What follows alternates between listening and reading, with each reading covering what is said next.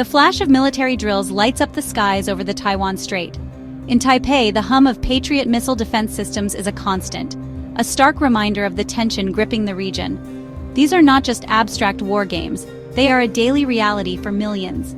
It feels like a powder keg, where one wrong move could ignite a devastating conflict. This is the world we live in today, a world where the ambitions of great powers clash in a very small, very volatile space. Understanding this complex situation means looking beyond the headlines. We need to peel back the layers of history, politics, and human ambition. At the center of it all is China, a nation trying to manage two incredibly sensitive relationships.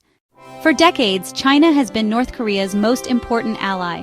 This relationship was forged in the fires of the Korean War, a bond sealed in what they called blood. While China provides crucial economic aid that keeps North Korea afloat, it has also been deeply troubled by Pyongyang's nuclear ambitions. Beijing has long feared that a nuclear North Korea could trigger an arms race in the region, potentially leading Japan and South Korea to develop their own nuclear weapons. In the early 2000s, Beijing tried to play the role of a responsible mediator.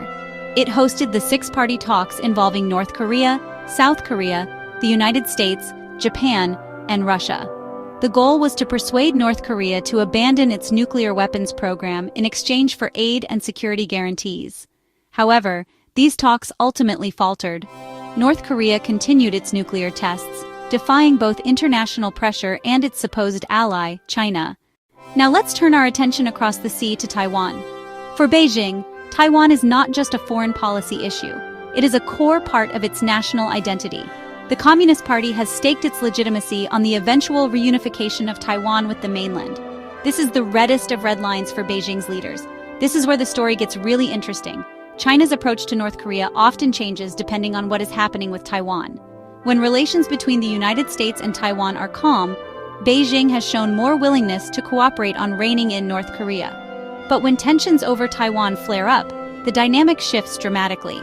If the United States sells advanced weapons to Taiwan or sends high-level officials to visit Taipei, Beijing sees this as a provocation. In response, China might ease up on its pressure on North Korea. It might look the other way as illicit trade crosses the border, or it might soften its stance at the United Nations. For years, some foreign policy experts have floated an intriguing idea: the grand bargain. The concept is simple, at least on paper. The United States would offer a major concession to China, reducing its military presence in South Korea or scaling back its support for Taiwan. In return, China would use its leverage to force North Korea to give up its nuclear weapons. But this idea, while appealing, is likely a fantasy. It misunderstands the core interests at stake. For China, Taiwan is not a bargaining chip. It's national sovereignty and historical destiny. Beijing trading Taiwan for a denuclearized North Korea is highly improbable. The grand bargain also assumes China has absolute control over North Korea. North Korea's leaders view their nuclear arsenal as the ultimate guarantee of regime survival. China can influence North Korea. It cannot dictate it. A deal based on China delivering denuclearization would likely fail. Beijing simply cannot promise that. The first step is to focus on reducing military risks.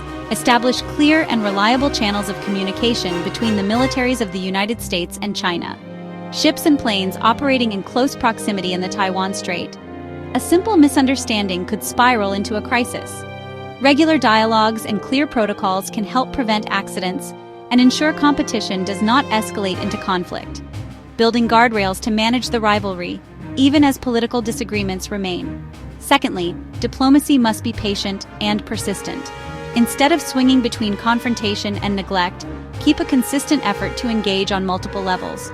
Find areas of common interest with China, climate change, global health, to build a foundation of cooperation that can withstand friction over Taiwan. It's about remembering that behind the politics and military hardware are millions of people who simply want to live their lives in safety and security. The path forward is not easy.